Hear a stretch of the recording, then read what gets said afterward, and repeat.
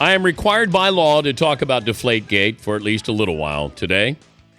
It was news yesterday when it came down. It was in the final half hour of the show, and all of a sudden Seton goes, yeah, there's a report. They're reinstating Brady's suspension. I went, oh, wow. All righty.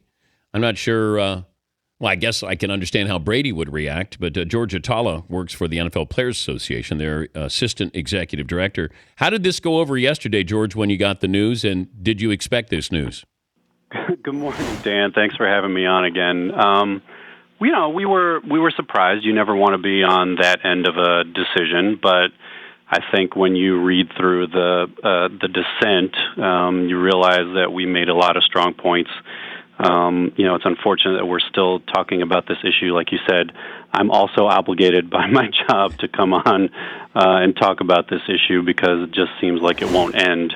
And hate to be the bearer of bad news, but it doesn't seem like it's going to end anytime soon either here if Tom decides he wants to continue to pursue, any further options. So you don't like to be on this end of a decision, but the union doesn't look at outcomes.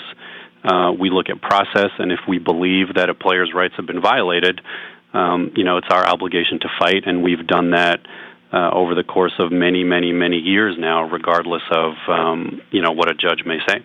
Have you spoken to Brady? I believe DeMaurice Smith has. In fact, I know he has.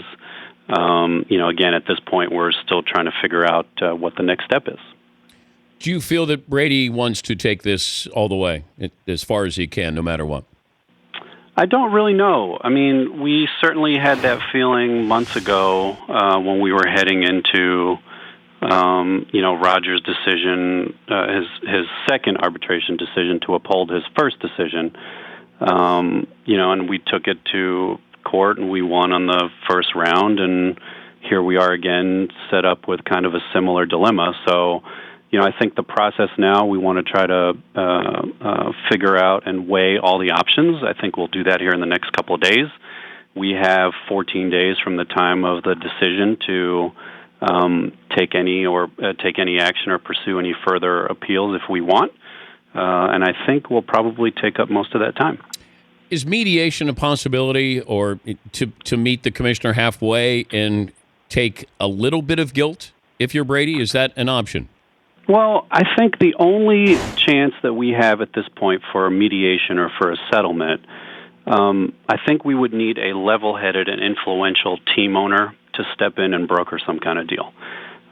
We've always felt that way, that, if it was between the commissioner making up his mind to come up with some sort of reasonable solution to this, we wouldn't get there, and it's been proved that we haven't gotten there.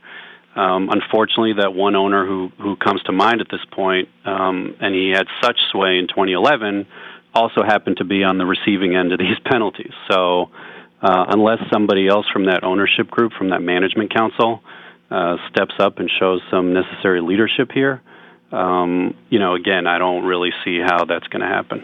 I apply logic to things, and call me crazy when I do that, but I go back to Robert Kraft saying to the commissioner, I'm going to fall on the sword as an organization.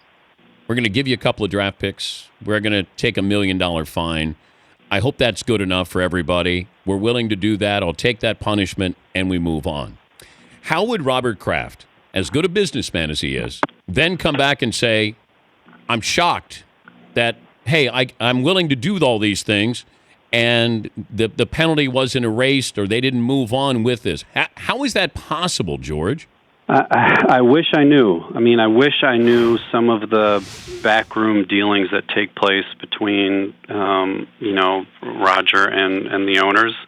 It's not something we try to spend a lot of time on. There was obviously a very lengthy report by ESPN's Don Van Natta that kind of tried to get into some of that as to how this whole thing went down and why it went down the way it did. We have one pursuit, and that's protecting the collective bargaining agreement and protecting players' rights under that agreement. So, again, we are zero-sum about that. We fight to the bitter end if we have to, and in terms of league politics and that kind of thing, not really something we weigh in on. All right, I'll leave you with this. If I gave Sure. the Players Association a mulligan, What would you have done differently, if anything, in this Brady case? That is a great question, because when you're on this end of a decision and, you stand up and kind of face the music, which is what you do, I'm not sure we would have done anything differently, because we did stand up for Tom. We did challenge, Rodgers' discipline as unfair. We did avoid having him get suspended last year. We did expose flaws in the process, despite what people say today, even about us, quote unquote, giving up something in 2011. You can't give up something that you never had. I mean, nobody would call into your show, or you wouldn't make an argument, going back to your point about logic, that the league gave up 18 games in 2011. They didn't, because they never had it. So I think those are the things that we try to look to and stand on. I mean, we're principled in our fight, and we're going to continue to protect the CBA. And once we talk to Tom, fortunately or unfortunately for you and your listeners, I might be back here again. Do you expect Tom Brady to start Week 1? I don't know. A lot of time left between now and then, but until we have some leadership from the management council, from ownership, who's willing to stand up and say enough is enough, let's be done with this. It sure seems like the league is bent on enforcing this penalty. George, great to talk to you. Can't wait to talk to you again. Hopefully it'll be about something other than this, but thanks for the time. All right, George Atallah, the NFL Players Association Assistant Executive Director. The Dan Patrick Show, weekday mornings on Audience.